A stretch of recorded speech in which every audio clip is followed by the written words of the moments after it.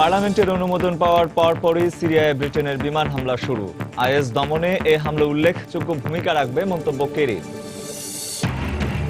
Erdogan পরিবারের বিরুদ্ধে আইএসের তেল বাণিজ্যে যুক্ত থাকা রুশ প্রমাণ ভিত্তিহীন, দাবি আঙ্কারার। উত্তেজনা নিরসনে সিরিয়ায় আইএস দমন জরুরি, অভিমত বিশেষজ্ঞদের। ক্যালিফোর্নিয়ার একটি সমাজসেবা কেন্দ্রে বন্দুকধারীর হামলায় নিহত 14। আন্তর্জাতিক জঙ্গি গোষ্ঠীর সংশ্লিষ্টতা খতিয়ে দেখছে এফবিআই। এবং জলবায়ু সম্মেলনের তৃতীয় দিনও চুক্তির বিষয়ে কোনো সমঝোতা হয়নি, বিকল্প পথ বের করার আহ্বান ফ্রান্সের।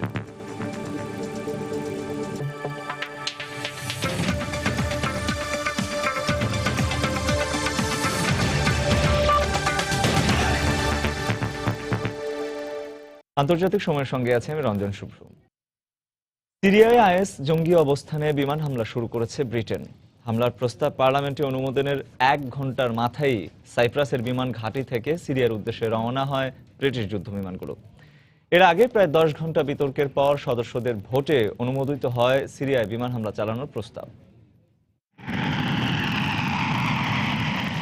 ব্রিটিশ পার্লামেন্ট এবার আইএস দমনে সিরিয়ার বিমান হামলার অনুমোদন দেবে, এমনটা হয়তো আগে অনুমান করতে পেরেছিল ব্রিটেন সরকার। তাই ভোটাভুটিতে ক্যামেরনের প্রস্তাব অনুমোদিত হবার প্রায় সঙ্গে সঙ্গে সাইপ্রাসের বিমান ঘাঁটি ছাড়তে শুরু করে ব্রিটিশ টর্নেডো বিমানগুলো। সাইপ্রাস বিমান ঘাটের কর্মকর্তার বরাত দিয়ে বার্তা সংস্থা রয়টার্স জানিয়েছে, 4টি ব্রিটিশ যুদ্ধবিমান সিরিয়ার উদ্দেশ্যে ঘাঁটি ত্যাগ করে। তবে কোথায় হামলা চালানো হয়েছে এবং হতাহতের সংখ্যা এখনো জানা যায়নি। এর আগে পার্লামেন্টে বিতর্কে প্রধানমন্ত্রী ডেভিড ক্যামেরন হামলা চালানোর পক্ষে নিজের যুক্তি উপস্থাপন করেন। আমরা এখানে সন্ত্রাসবাদ দমন বা জঙ্গি দমনে হামলা চালানোর বিষয়ে বিতর্ক করছি না। আমরা বিতর্ক করছি আমাদের নিরাপত্তা নিশ্চিত করতে আমরা কি করছি, আর যা করছি তার চাইতেও বেশি আমরা করতে পারি কিনা তা নিয়ে। কারণ কাল কোনো হামলা হলে যেন মিত্রদের কাছ থেকে আমাদের এমনটা শুনতে না হয় যে ব্রিটেন জঙ্গি দমনে তেমন কিছুই করেনি। তবে হামলার পক্ষে জনসমর্থন কমছে বলে জানিয়ে আদৌ এই সিদ্ধান্ত নেওয়া ঠিক হবে কিনা সে প্রশ্ন তোলেন বিরোধী দল লেবার পার্টির নেতা জেরেমি করবিন। আমি প্রধানমন্ত্রীকে বলতে চাই, আপনি যে পদক্ষেপ নিতে যাচ্ছেন তাতে যুদ্ধ বাঁধার সম্ভাবনা আছে। ইরাক যুদ্ধে আমরা যে পরিমাণ সেনা শক্তি হারিয়েছি, যে পরিমাণ বেসামরিক নাগরিক তাতে নিহত হয়েছে আর কূটনৈতিক শক্তি ব্যয় হয়েছে, সেসব বিবেচনায় নিলে এ প্রশ্ন না করে পারা যায় না যে প্রধানমন্ত্রীর প্রস্তাব মতো সিরিয়ায় হামলা চালানো কি সঠিক সিদ্ধান্ত হবে। সিরিয়ায় জঙ্গি দমনের বিরোধিতা যারা করছেন তারা প্রত্যক্ষভাবে জঙ্গিদের সমর্থন করছেন বলে মন্তব্য করায় ক্যামেরনকে ক্ষমা চাইতেও বললেন অনেকে। পার্লামেন্টে 6টি বিরোধী দল রয়েছে, যার মধ্যে প্রায় 110 জনই বলবে তারা সিরিয়ায় হামলা চালানোর পক্ষে নয়। কিন্তু প্রধানমন্ত্রী যে বললেন যারা হামলার বিরুদ্ধে তারা জঙ্গিবাদকে সমর্থন করছে, তা মোটেও ঠিক নয়। টানা 10 ঘন্টা বিতর্কের পর অনুষ্ঠিত ভোটে অনুমোদিত হয় হামলা চালানোর প্রস্তাব। এর পক্ষে ভোট পড়ে 397টি আর বিপক্ষে 223টি।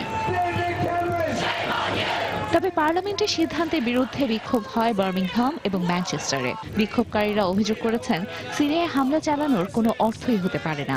দেশটিকে ইরাকের মতো ধ্বংস করে দিতেই অন্যান্য পশ্চিমা নেতাদের সাথে এক হয়ে নীল নকশা করছেন সরকার। তানজিম মুনিয়াত, সময় সংবাদ। এদিকে ব্রিটিশ পার্লামেন্ট সিরিয়া আইএস দমনে বিমান হামলা চালানোর অনুমোদন দেয়ায় সাধুবাদ জানিয়েছেন মার্কিন পররাষ্ট্রমন্ত্রী জন কেরি। তিনি বলেছেন, ন্যাটোর অন্তর্ভুক্ত মিত্রদেশ ব্রিটেন যে সিদ্ধান্ত নিয়েছে তা পুরোপুরি সঠিক। এই সিদ্ধান্ত অনুযায়ী ব্রিটেন যে সাহায্য করবে তাতে আইএস নির্মূল বিমান অভিযান আরও জোরদার হচ্ছে। ব্রিটেনকে উদাহরণ হিসেবে নিয়ে ন্যাটোর অন্তর্ভুক্ত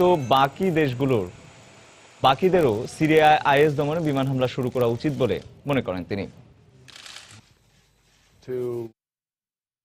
আইএসের বিরুদ্ধে বিমান হামলা অব্যাহত রেখেছে ফ্রান্স। বুধবার ইরাকের তালাফার শহরে আইএসের অবস্থান লক্ষ্য করে বেশ কয়েক দফা বিমান হামলা চালায় দেশটি। এদিন ফ্রান্সের সামরিক বাহিনীর পক্ষ থেকে ইরাকে বিমান হামলার একটি ভিডিও অনলাইনে প্রকাশ করা হয়। এতে দেখা যায় জর্ডানের একটি বিমান ঘাঁটি থেকে বিমান হামলার উদ্দেশ্যে একে একে ছেড়ে যাচ্ছে বেশ কয়েকটি ফরাসি যুদ্ধ বিমান। এ সময় বিমান হামলায় ইরাকের তালাফার শহরে আইএসের বেশ কয়েকটি ক্যাম্প ও অস্ত্রাগার পুরোপুরি ধ্বংস করা হয় বলেও সামরিক বাহিনীর পক্ষ থেকে দাবি করা হয়। আগামী কয়েকদিনের মধ্যে সব হামলার বিষয়ে আরও বিস্তারিত জানানো হবে বলেও জানান তারা।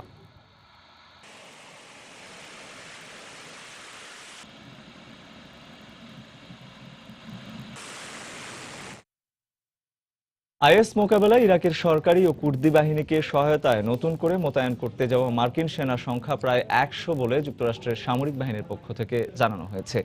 বিশেষ এই বাহিনী ইরাক সরকারের সঙ্গে পূর্ণ সমন্বয়ের মাধ্যমে বন্দী মুক্তি ও আইএস জঙ্গি ধরতে বিশেষ অভিযান চালাবে বলে জানানো হয়। সেই সঙ্গে মার্কিন এই বিশেষ বাহিনী ইরাকে কোনো স্থল অভিযান পরিচালনা করবে না বলেও এ সময় নিশ্চিত করেন মার্কিন জোটের মুখপাত্র কর্নেল স্টিভ ওয়ারেন। এদিকে ইরাক সরকারের অনুরোধের ভিত্তিতে দেশটিতে নতুন করে মার্কিন সেনা মোতায়েন করা হচ্ছে বলে জানিয়েছেন মার্কিন পররাষ্ট্রমন্ত্রী জন ক্যারি। ইরাকি সেনাদের প্রশিক্ষণের পাশাপাশি সামরিক সহায়তা দেওয়ার উদ্দেশ্যেই মার্কিন এই বিশেষ বাহিনী নিয়োজিত থাকবে বলেও জানান তিনি। যদিও ইরাক সরকারের অনুমতি ছাড়া দেশটিতে আর কোনো মার্কিন সেনা ঢুকতে দেওয়া হবে না বলে মঙ্গলবার ঘোষণা দেন ইরাকের প্রধানমন্ত্রী হায়দার আল আবাদি।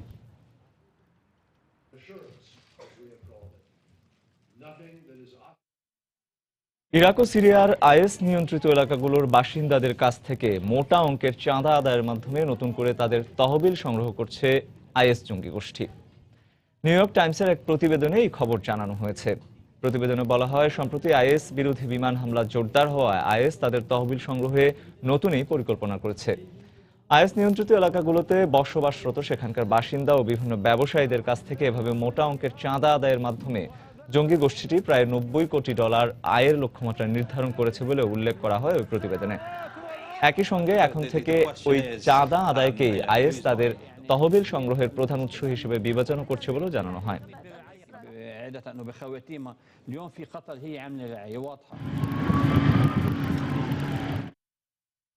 2011 সালে লিবিয়ায় সরকার বিরোধী আন্দোলন শুরুর পর তৎকালীন সরকার প্রধানমন্ত্রী মুয়াম্মার গাদ্দাফি ব্রিটিশ সরকারের কাছে সাহায্য চেয়েছিলেন বলে জানিয়েছেন সাবেক ব্রিটিশ পররাষ্ট্রমন্ত্রী উইলিয়াম হেগ। লিবিয়াকে পররাষ্ট্রনীতি বিষয়ক একটি কমিটিতে বুধবার তিনি এই কথা বলেন।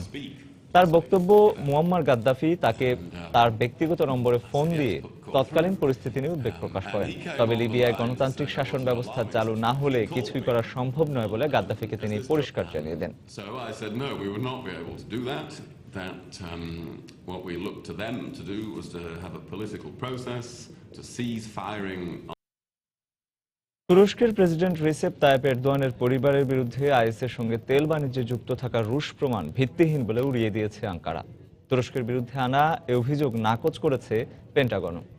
এর আগে মস্কোয় রুশ প্রতিরক্ষা মন্ত্রণালয়ের পক্ষ থেকে বিদেশি কূটনীতিক ও সাংবাদিকদের সামনে স্যাটেলাইট ছবি ভিত্তিক প্রমাণ উপস্থাপন করা হয়।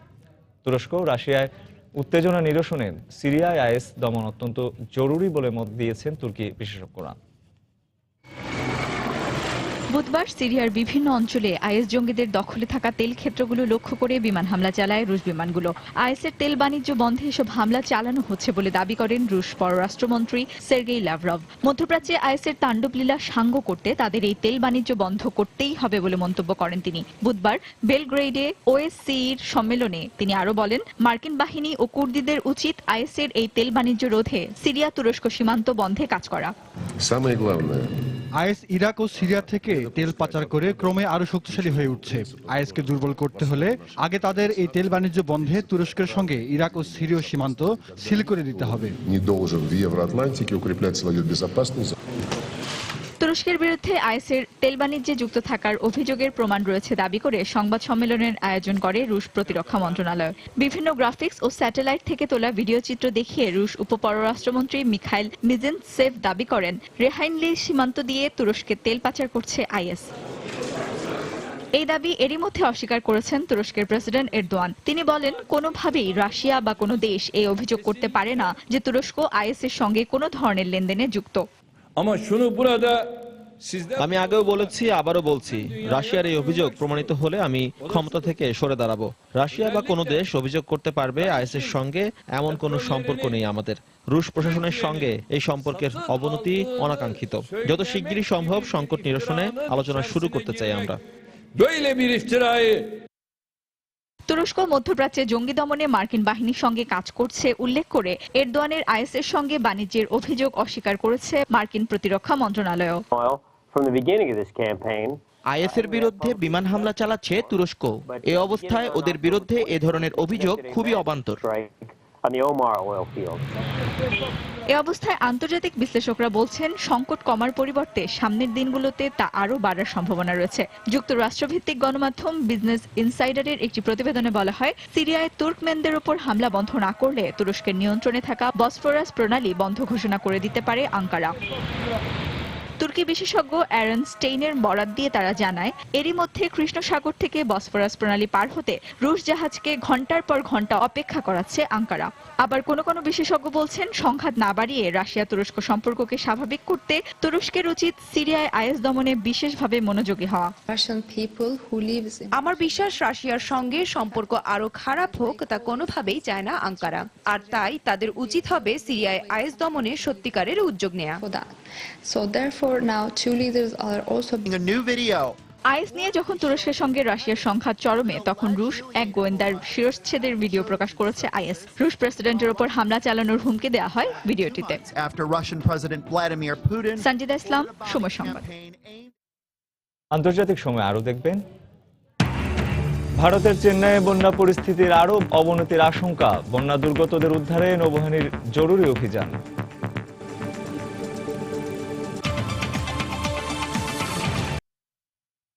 যুক্তরাষ্ট্রের ক্যালিফোর্নিয়ার একটি সমাজসেবা কেন্দ্রে বুধবার সকালে 3 বন্দুকধারীর অতর্কিত হামলায় 14 জন নিহত হয়েছে। আহত হয়েছেন অন্তত 17 জন। পুলিশি অভিযানে নিহত হয় তাসফিন মালিক ও সৈয়দ আল ফারুক নামে 2 সন্দেহভাজন। তৃতীয় এক সন্দেহভাজনকে আটক করে জিজ্ঞাসাবাদ করছে মার্কিন পুলিশ। এ হামলার সঙ্গে আন্তর্জাতিক জঙ্গি গোষ্ঠীর সংশ্লিষ্টতা রয়েছে কিনা তা খতিয়ে দেখছে পুলিশ ও এফবিআই। এ ঘটনার তীব্র নিন্দা জানিয়ে হতাহতদের পরিবারের প্রতি সমবেদনা জানিয়েছেন প্রেসিডেন্ট নির্বাচনের মনোনয়ন প্রার্থীরা। ক্যালিফোর্নিয়া অঙ্গরাজ্যের স্যান বের্নার্দিনো শহর বুধবার রূপ নেয় চাপা উত্তেজনা ও আতঙ্কের নগরীতে। সকাল 11টার দিকে শহরের ইনল্যান্ড রিজিওনাল সেন্টার নামে বয়স্ক প্রতিবন্ধীদের একটি সমাজসেবা কেন্দ্রে সেনা পোশাক পরে 3 বন্দুকধারী অতর্কিত হামলা চালায়। ছুটির দিনে প্রতিবন্ধী কেন্দ্রটিতে চলছিল ঘরোয়া অনুষ্ঠান। আকস্মিকভাবে ঘাতকরা এসে এলোপাতাড়ি গুলি শুরু করলে ঘটনাস্থলে হতাহত হয় বেশ কয়েকজন। প্রিয়জনের বিপদের খবর জানতে পেরে আতঙ্কিত হয়ে ওঠেন স্বজনরা। আমার স্ত্রী সন্ত্রাসীদের দেখেছে, কিন্তু মুখোশ থাকায় চিনতে পারেনি। তাদের হাতে অনেক ভারী অস্ত্র ছিল, শরীরে সম্ভবত বুলেট জ্যাকেট ছিল। হামলাকারীরা আশেপাশের ভবনে লুকিয়ে থাকতে পারে এমন সন্দেহ থেকে পুলিশ পুরো এলাকা ঘেরাও করে তল্লাশি চালায়। এ সময় তাসফিন মালিক নামে 27 বছর বয়সী এক নারী ও 28 বছর বয়সী মার্কিন নাগরিক সৈয়দ আর ফারুক নামে 2 জনকে কালো রঙের গাড়িতে পালাতে দেখলে পুলিশ গুলি চালায়। এতে 2 জনই নিহত হয়। তারা এই হামলার সঙ্গে জড়িত বলে সন্দেহ করা হচ্ছে। হামলার কিছুক্ষণ আগে আঞ্চলিক স্বাস্থ্য কর্মকর্তা ফারুকের সঙ্গে প্রতিবন্ধী কেন্দ্রটির কয়েকজন কর্মচারীর সঙ্গে কথা কাটাকাটি হয়। এর পরপরই সে ঘটনাস্থল ছেড়ে যায়। এ কথা জানার পর পুলিশের সন্দেহ হয়। শহরের মেয়রের পাশাপাশি এ ঘটনায় উদ্বেগ প্রকাশ করেন সন্দেহভাজন হামলাকারীর স্বজনও। যারা প্রিয়জনদের হারিয়েছে তাদের প্রতি আমি সমবেদনা জানাই। আমি চাই সবাই যেন দ্রুত এসব কাটিয়ে ওঠে। আমি জানি না ফারুককে কেন সন্দেহ করা হচ্ছে, সে কেনই বা এমনটা করবে। তদন্ত শেষেই পুরো বিষয়টা পরিষ্কার হবে, তার আগে কোনো মন্তব্য করতে চাই না। এই ধরনের ঘটনায় আমরা চেষ্টা করি দোষীদের শনাক্ত করে শাস্তির আওতায় আনতে। ক্ষতিগ্রস্ত পরিবারগুলো যা হারিয়েছে তা আমরা হয়তো ফেরত দিতে পারবো না, কিন্তু ঘটনার বিচার পেলে তাদের জীবিত স্বজনদের মন কিছুটা হলেও শান্তি পাবে। আমি সেই সব পরিবারের প্রতি আমার সমবেদনা জানাই। হামলার সঙ্গে আন্তর্জাতিক সন্ত্রাসবাদের কোনো যোগসূত্র আছে কিনা তা খতিয়ে দেখছেন তদন্তকারীরা। পুলিশ প্রাথমিক তদন্তে ধারণা করছে এটি স্থানীয় সন্ত্রাসীদের কাজ। আহতদের দ্রুত স্থানীয় হাসপাতালে ভর্তি করার পাশাপাশি প্রত্যক্ষদর্শীদের জিজ্ঞাসাবাদ অব্যাহত রাখা হয়েছে। হামলাকারীরা যে আগে থেকে প্রস্তুতি নিয়ে এসেছিল এটা স্পষ্ট। আমাদের বিশেষজ্ঞ দল ঘটনা তদন্তে মাঠে নেমেছে। খুব দ্রুত পুরো বিষয়টি খোলাসা হবে বলে আশা করছি। নাগরিকদের নিরাপত্তায় জরুরি পদক্ষেপ নেওয়ার কথা জানিয়েছেন প্রেসিডেন্ট বারাক ওবামা। এই হামলার তীব্র নিন্দা জানিয়েছে আমেরিকান ইসলামিক সেন্টার। এছাড়া হতাহতের পরিবারের প্রতি সমবেদনা জানিয়ে টুইট করেছেন Hillary Clinton, Jeb Bush, Donald Tusk সহ প্রেসিডেন্ট নির্বাচনের গুরুত্বপূর্ণ মনোনয়ন প্রত্যাশীরা। সঞ্জনা চৌধুরী, সময় সংবাদ। দর্শক, আসন্ন পৌরসভা নির্বাচন বিষয়ে ধানমন্ডির দলীয় সভানেত্রীর কার্যালয়ে ব্রিফ করছেন আওয়ামী লীগের যুগ্ম সাধারণ সম্পাদক মাহবুবুল আলম হানিফ। আমরা এখন সরাসরি চলে যাচ্ছি সেখানে। সুভাষ চন্দ্র শীল, বাকরগঞ্জে লোকমান সিং ডাকুয়া, উজিরপুর মোহাম্মদ গিয়াসউদ্দিন ব্যাপারী, জালুকাটি, নন সিটিতে তসলিম উদ্দিন চৌধুরী, পিরোজপুর হাবিবুর রহমান মালিক, শরীফকাটি মোহাম্মদ গোলাম কবির।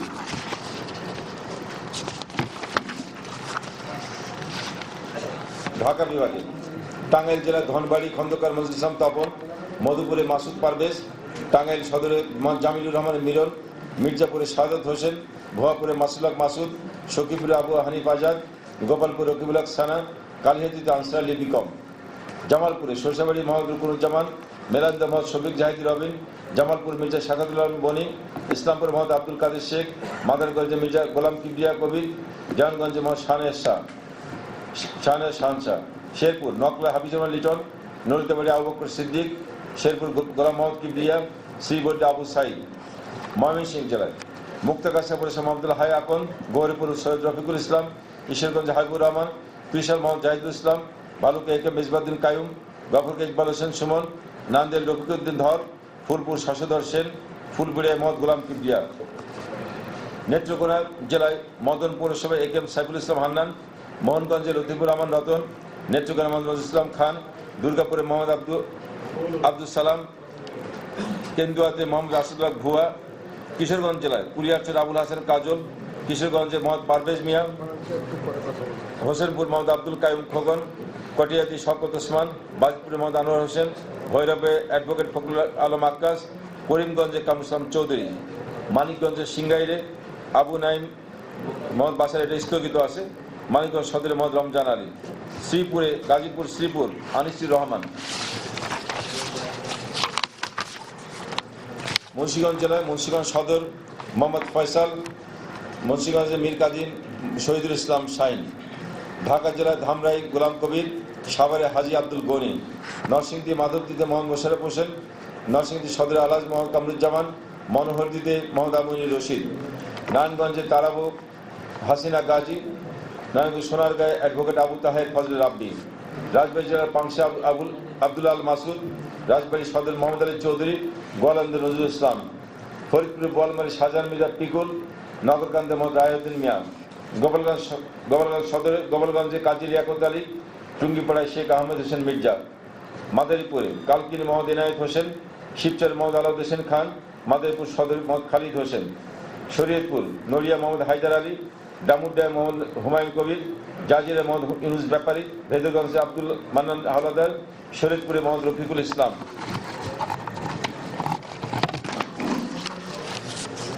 সিলেট বিভাগে সুনামগঞ্জে সাতকে মোহাম্মদ আবুল কালাম চৌধুরী, জগন্নাথপুরে মোহাম্মদ আব্দুল মানাব, সুনামগঞ্জে মোহাম্মদ আয়ুব বক, দিরাই মোশাররফ মিয়া। সিলেট জেলার জাকিগঞ্জে মোহাম্মদ খলিল উদ্দিন, কানাইঘাটে লুৎফর রহমান, গোপালগঞ্জে জাকারিয়া, গোলাপগঞ্জে জাকারিয়া আহমেদ, মৌলভীবাজার কমলগঞ্জে মোহাম্মদ জুয়েল আহমেদ, মৌলভীবাজার সদর মোহাম্মদ ফজলুর রহমান, কুলাড়া এ কে এম শফি আহমেদ সালমান, বড়লেখাতে আবুল ইমাম মোহাম্মদ কামরান চৌধুরী। হবিগঞ্জ নবীগঞ্জে মোহাম্মদ তোফাজুল ইসলাম চৌধুরী, হবিগঞ্জ সদরে আদর রহমান সেলিম, চুনারঘাট মোহাম্মদ সাইফুল ইসলাম, মাধবপুর হিন্দুলাল শাহ, শায়েস্তাগঞ্জে মোহাম্মদ সালেক মিয়া। চট্টগ্রাম বিভাগ ব্রাহ্মণবাড়িয়া জেলা আখাউড়াতে তাকজিল খলিফা, কুমিল্লায় চান্দিনা মোহাম্মদ মফিজুল ইসলাম, লাকসাম অধ্যাপক আবুল খায়ের, দাউদকান্দি নাইম ইউসুফ, বরুড়াতে মোহাম্মদ বাদুরুজ্জামান, চৌদ্দগ্রাম মোহাম্মদ মিজানুর রহমান, হোমনা মোহাম্মদ নজরুল ইসলাম। চাঁদপুর হাজীগঞ্জে আসম মাহবুবুল আলম, সেঙ্গারচর মোহাম্মদ রফিকুল আলম জর্জ, ফরিদগঞ্জে মোহাম্মদ মাহফুজুল হক, কোচুয়াতে মোহাম্মদ নাজরুল আলম, মতলবে মোহাম্মদ আওলাদ হোসেন। ফেনী দাগুনভূয়া ওমর ফারুক খান, ফেনী সদরে হাজী আলাউদ্দিন, পরশুরাম নিজামুদ্দিন আহমেদ চৌধুরী। নোয়াখালী বসুরহাটে আব্দুল কাদের, চৌমনি আক্তার হোসেন, হাতিয়া এ কে এম ইউসুফ আলী, চাটখিলে মোহাম্মদুল্লাহ। লক্ষ্মীপুর রামগঞ্জে আবুল খায়ের পাটোয়ারি, রামগতি এম মেজবাউদ্দিন, রায়পুরে এম ইসমাইল হোসেন। চট্টগ্রাম সন্দ্বীপে মোহাম্মদ জাফরুল্লাহ, বাঁশখালী সেলিমুল হক চৌধুরী, চন্দ্রাইশে মোহাম্মদ মাহবুল আলম, সাতকেনা মোহাম্মদ জুবাইর, মিরসরে মোহাম্মদ গিয়াসউদ্দিন, পটিয়া হাজী মোহাম্মদ হারুন রশিদ, রাউজানে দেবাশিস পালিত, বারৈয়ারহাটে মোহাম্মদ নিজামুদ্দিন, রাঙ্গুনিয়ায় মোহাম্মদ শাহজাহান সিকদার, সীতাকুণ্ডে বদিউল আলম। খাগড়াছড়ি সদর মোহাম্মদ শানি আলম, মাটিরাঙ্গা মোহাম্মদ শামসুল হক।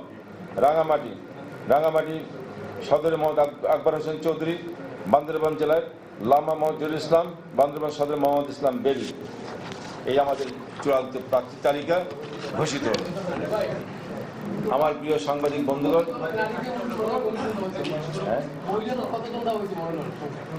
এটা তোমরা হিসাব করে নেব।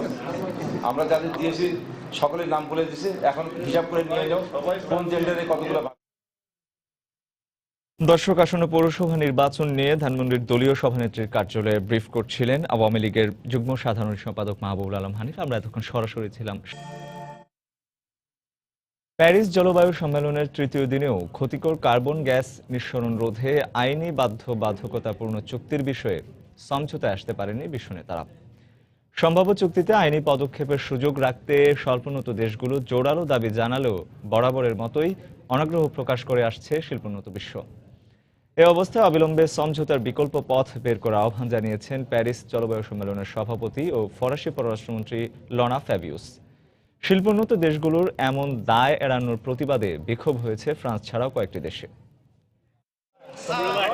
অস্ট্রেলিয়ার পার্লামেন্ট ভবনে এই বিক্ষোভই বলে দেয় প্যারিস জলবায়ু সম্মেলনে অংশ নেয়া বিশ্ব নেতাদের পদক্ষেপে পরিবেশবাদীদের আশার প্রতিফলন ঘটছে না। ক্ষতিকর কার্বন গ্যাস নিঃসরণ রোধে অত্যাবশ্যকীয় করণীয়গুলোকে আইনি রূপ দেওয়ার বিষয়ে এখনো সমঝোতায় আসতে পারেনি বিশ্ব নেতারা।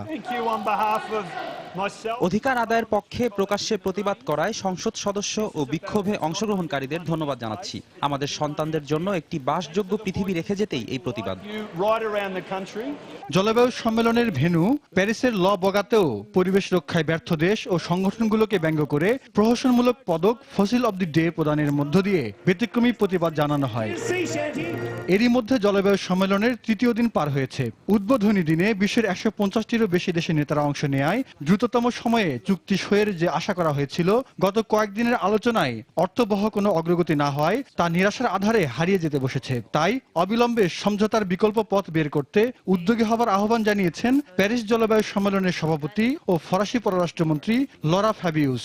সম্মেলনের তৃতীয় দিনে যুক্তরাষ্ট্র, চীন, ইউরোপীয় ইউনিয়ন, ভারত সহ 10টি প্রভাবশালী দেশের প্রতিনিধিদের মধ্যে পৃথক এক আলোচনায় এ আহ্বান জানান তিনি। প্যারিস জলবায়ু সম্মেলন থেকে একটি সমাধানমূলক সিদ্ধান্ত আসতে হবে। চুক্তি প্রক্রিয়া দ্রুত সম্পন্ন করতে হবে, কারণ এখনো অনেক কাজ বাকি রয়ে গেছে। আর্থিক অবস্থা ভালো নয় এমন যুক্তিতে আইনি কাঠামোয় আসতে আগ্রহী নয় শিল্পোন্নত দেশগুলো। বিপরীতে স্বল্পোন্নত দেশগুলোর আশঙ্কা, চুক্তিতে আইনি পদক্ষেপের সুযোগ না থাকলে কার্বন নিঃসরণ রোধের কোনো পরিকল্পনাই কার্যকর হবে না। একটি কার্যকর চুক্তির বিষয়ে আমরা এখনো আশাবাদী। তবে এই চুক্তিতে জলবায়ু রক্ষার প্রয়োজনীয় তহবিল বরাদ্দ, পুনর্বাসন, কার্বন নিঃসরণ রোধের মতো বিষয়গুলোকে আইনের আওতায় আনতে হবে। এদিকে এখনো চুক্তির আশা করছেন জাতিসংঘ মানবাধিকার সংস্থা UNHCR। আর এই চুক্তিতে জলবায়ু পরিবর্তনের ফলে বাস্তুহারা মানুষের পুনর্বাসনের বিষয়টিকে গুরুত্ব দেওয়ার দাবি সংস্থাটির। পরিবেশ বিপর্যয়ের কারণে 2008 সাল থেকে বছরে 2.25 কোটি মানুষ গৃহহীন হয়ে পড়ছেন। পরিসংখ্যান বলছে খরা, বন্যা, ঘূর্ণিঝড়ের প্রাদুর্ভাবে প্রতি সেকেন্ডে বাস্তুচ্যুত হচ্ছে একজন মানুষ। সাম্প্রতিক সন্ত্রাসী হামলার পর কড়া নিরাপত্তার মধ্য দিয়ে গেল 30শে নভেম্বর শুরু হওয়া প্যারিস জলবায়ু সম্মেলন চলবে আগামী 11 ডিসেম্বর পর্যন্ত। জাহিদুর রহমান, সময় সংবাদ। ক্যামেরুনে যৌথ বাহিনীর অভিযানে অন্তত 100 বোকো হারাম জঙ্গি নিহত হয়েছে বলে দাবি করেছে দেশটির প্রতিরক্ষা মন্ত্রণালয়। বুধবার এক সংবাদ সম্মেলনে প্রতিরক্ষা মন্ত্রণালয়ের মুখপাত্র জানান, এই অভিযানের মধ্য দিয়ে বোকো হারাম জঙ্গিদের অপহরণ করা প্রায় 900 বন্দীকে মুক্ত করেছে তাদের সরকারি বাহিনী। সন্ত্রাস বিরোধী অভিযানে জঙ্গিদের কাছ থেকে প্রচুর অর্থ বাজেয়াপ্ত করে নাইজেরিয়া, নাইজার, চাদ ও ক্যামেরুনের সমন্বিত বাহিনী। গত 16 নভেম্বর থেকে বোকো হারামের বিরুদ্ধে অভিযান শুরু করে তারা। নাইজেরিয়া ভিত্তিক জঙ্গি গোষ্ঠী বোকো হারামের বিরুদ্ধে লড়াইয়ে গত অক্টোবরে ক্যামেরুনকে 300 সদস্যের এক বিশেষ বাহিনী দেওয়ার ঘোষণা দিয়েছে জাতিসংঘ।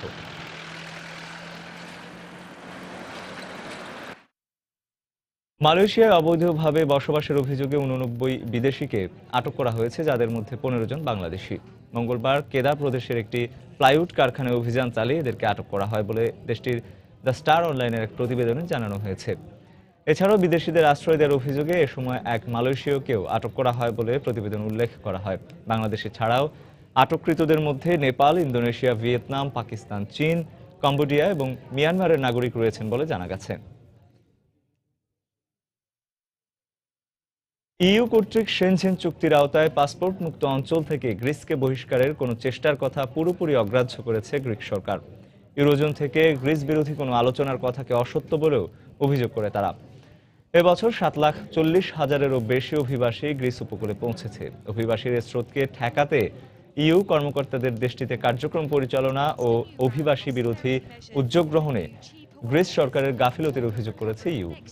সীমান্তে শিথিলতার কারণে গ্রিস ও ইউরোপমুখী অভিবাসীর স্রোত যেভাবে বাড়ছে তা 1985 সালের সেনজেন চুক্তির আওতাভুক্ত ইউরোপের দেশগুলোকে বেশ ভাবিয়ে তুলেছে।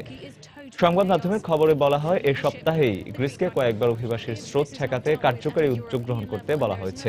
ডিসেম্বরের মাঝামাঝি ইউরোপীয় নেতাদের বৈঠকের আগে দেশটি এ ব্যাপারে ব্যর্থ হলে 26 সদস্যভুক্ত সেনজেন থেকে গ্রিসকে বহিষ্কারের হুমকি দেয় ইউরোপীয় ইউনিয়ন।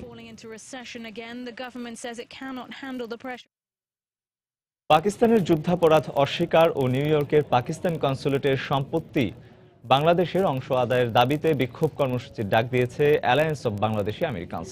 কর্মসূচির অংশ হিসেবে আগামী 8 ডিসেম্বর যুক্তরাষ্ট্রের নিউ ইয়র্কে পাকিস্তান কনসুলেটের সামনে বিক্ষোভ করবে সংগঠনটি। বুধবার নিউ ইয়র্কের জ্যাকসন হাইটসে আয়োজিত এক সংবাদ সম্মেলনে এই কর্মসূচির ঘোষণা দেওয়া হয়। এতে উপস্থিত ছিলেন প্রবীণ সাংবাদিক সৈয়দ মোহাম্মদুল্লাহ, মুক্তিযোদ্ধা কামরুল হাসান চৌধুরী, সাইদুর রহমান, খুরশিদ আনোয়ার বাবলু, ডক্টর মাসুদুল হাসান, ডক্টর প্রদীপ কর, সাংবাদিক মুজাহিদ আনসারি সহ আরো অনেকে। সংবাদ সম্মেলনে পাকিস্তানের সঙ্গে সব ধরনের কূটনৈতিক সম্পর্ক ছিন্ন করার দাবি জানানো হয়।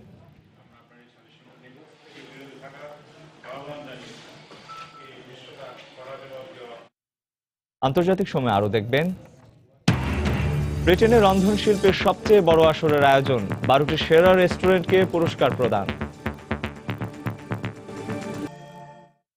ভারতের চেন্নাইয়ে আগামী 3 দিন ভারী বৃষ্টিপাত হতে পারে বলে জানিয়েছে আবহাওয়া দপ্তর।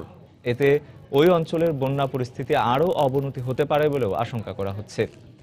প্রায় 70 লাখ জনসংখ্যার এই প্রদেশে গত 100 বছরের ইতিহাসে সবচেয়ে বেশি বৃষ্টিপাতের কারণে ভয়াবহ বন্যার সৃষ্টি হয়। 1000-এরও বেশি ঘরবাড়ি ইতোমধ্যে বন্যার পানিতে ভেসে গেছে। চেন্নাই বিমানবন্দরে বন্যার পানি উঠায় 6 ডিসেম্বর পর্যন্ত বিমানবন্দর বন্ধ থাকবে বলে জানিয়েছে বিমানবন্দর কর্তৃপক্ষ। রাজ্যের বিভিন্ন এলাকায় বিদ্যুৎ সংযোগ সহ বিভিন্ন সেবামূলক কার্যক্রমও বন্ধ হয়ে গেছে। ভারতীয় নৌবাহিনী বন্যা দুর্গত মানুষদের উদ্ধারেও জরুরি অভিযানে নেমেছে। নভেম্বরে জার্মানিতে 13,000 লোকের কর্মসংস্থান সৃষ্টি হয়েছে।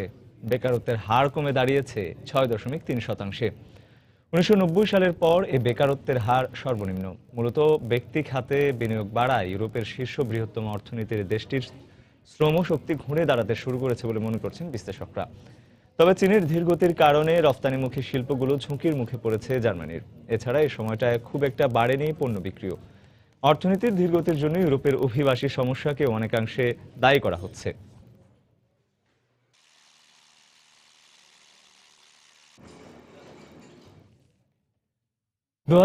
সালের ফেব্রুয়ারিতে ঋণ থেকে দায়মুক্তির লক্ষ্যে ইউরোজোনের দাতা গোষ্ঠীর সাথে একটি চুক্তির আশা করছে গ্রিস। সম্প্রতি গ্রিসে আমেরিকান হেলেনিক চেম্বার অফ কমার্সে আয়োজিত এক ব্যবসায়িক সম্মেলনে এমন আশাবাদ জানিয়েছেন দেশটির অর্থমন্ত্রী ইউক্লিড সাকালোটোস। গেল নভেম্বরে নতুন অর্থ সহায়তা কর্মসূচির আওতায় গ্রিসের অগ্রগতি বিবেচনায় দেশটিকে ঋণ থেকে মুক্তি দেওয়া হতে পারে বলে আভাস দেওয়া হয় ইউরো অঞ্চলের দাতা গোষ্ঠীর পক্ষ থেকে। ব্যাংকিং খাতের বেশ কিছু সংস্কারের শর্তে তৃতীয় দফা আর্থিক সহায়তা কর্মসূচিতে গ্রিসকে মোট 8,600 কোটি ইউরো দিতে রাজি হয় দাতা গোষ্ঠী। এখনো পর্যন্ত এই কর্মসূচির আওতায় 1,300 কোটি ইউরো দেওয়া হয়েছে গ্রিসকে।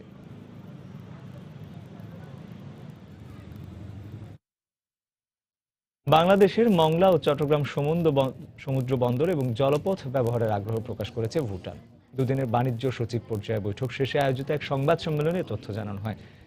সংবাদ সম্মেলনে বাংলাদেশের পক্ষে বাণিজ্য মন্ত্রণালয়ের অতিরিক্ত সচিব মনোজ কুমার এবং ভুটানের পক্ষে অর্থ মন্ত্রণালয়ের যুগ্ম সচিব সোনাম ওয়াংবি উপস্থিত ছিলেন। এবারে বৈঠকে উভয় দেশ ফ্রুট জুস সহ নতুন কিছু পণ্য রফতানির ক্ষেত্রে শুল্কমুক্ত সুবিধা চেয়েছে বলেও জানানো হয়। এ সময় ভুটান থেকে বিদ্যুৎ আমদানির বিষয়টি আঞ্চলিক ফোরামে আলোচনার মাধ্যমে সমাধান করতে হবে বলে জানান সোনাম ওয়াংবি। এছাড়াও দুই দেশ পর্যটন শিল্পেও একে অন্যকে সহায়তা দেওয়ার বিষয়ে সম্মত হয়েছে বলেও সংবাদ সম্মেলনে জানানো হয়। যুক্তরাষ্ট্রের হোয়াইট হাউসের পশ্চিম লনে বড়দিন উপলক্ষে ক্রিসমাস ট্রির আলোকসজ্জা উদ্বোধনের আয়োজন করা হয়। এতে উপস্থিত ছিলেন হাউস অব রিপ্রেজেন্টেটিভসের স্পিকার পল র্যান। বুধবার এই অনুষ্ঠানে ক্যালিফোর্নিয়ায় হতাহতদের ঘটনায় গভীর সমবেদনা প্রকাশ করেন তিনি। সেখানে উপস্থিত কংগ্রেস প্রতিনিধিদের নিয়ে নিহতদের প্রতি শ্রদ্ধা জানিয়ে কিছু সময় নীরবতা পালন করেন তিনি। 74 ফুট দীর্ঘ ক্রিসমাস ট্রিতে এলইডি লাইটের মাধ্যমে আলোকসজ্জা করা হয়। বড়দিন উপলক্ষে আলাস্কা অঙ্গরাজ্য থেকে ক্রিসমাস ট্রি ওয়াশিংটন ডিসিতে নিয়ে আসে কর্তৃপক্ষ।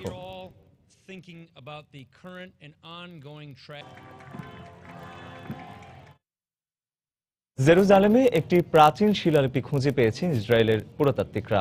হিব্রু বিশ্ববিদ্যালয়ের ইনস্টিটিউট অফ আর্কিওলজির পক্ষ থেকে বুধবার জানানো হয়, এই শিলালিপিটি রাজা হেজেকিয়ার আমলের।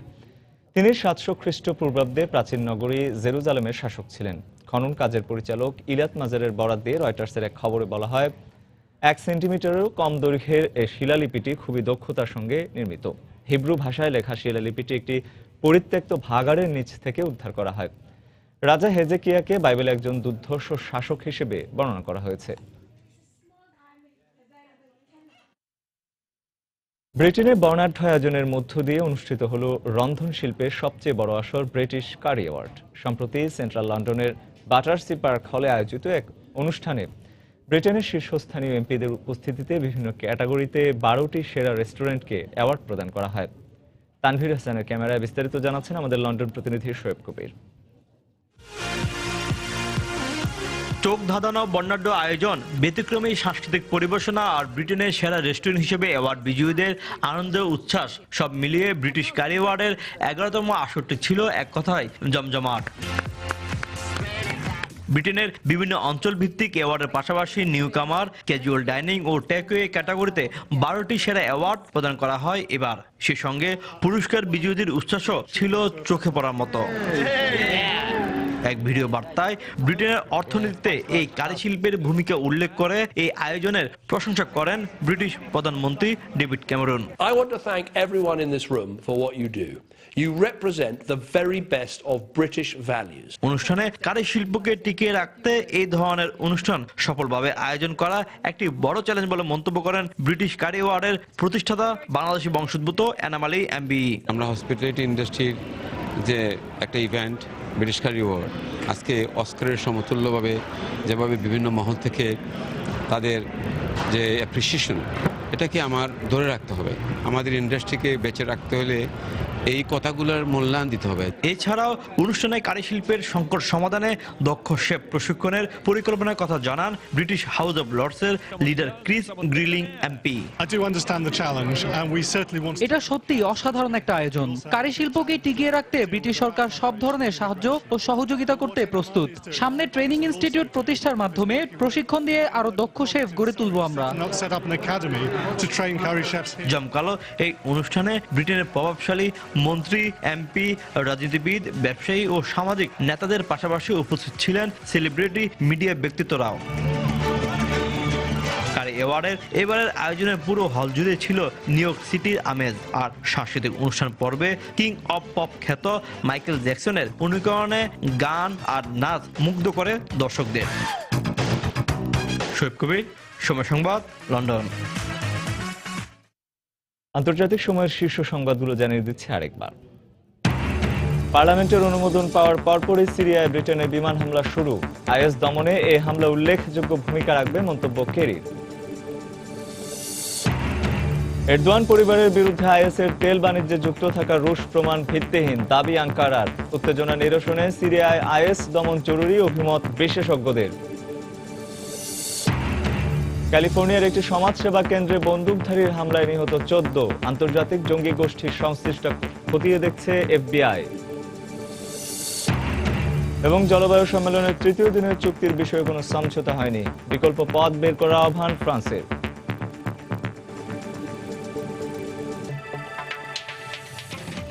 এই ছিল আন্তর্জাতিক সময়। যে কোনো খবর পেতে ভিজিট করুন সময়নিউজ.tv আর সঙ্গে থাকুন সময়।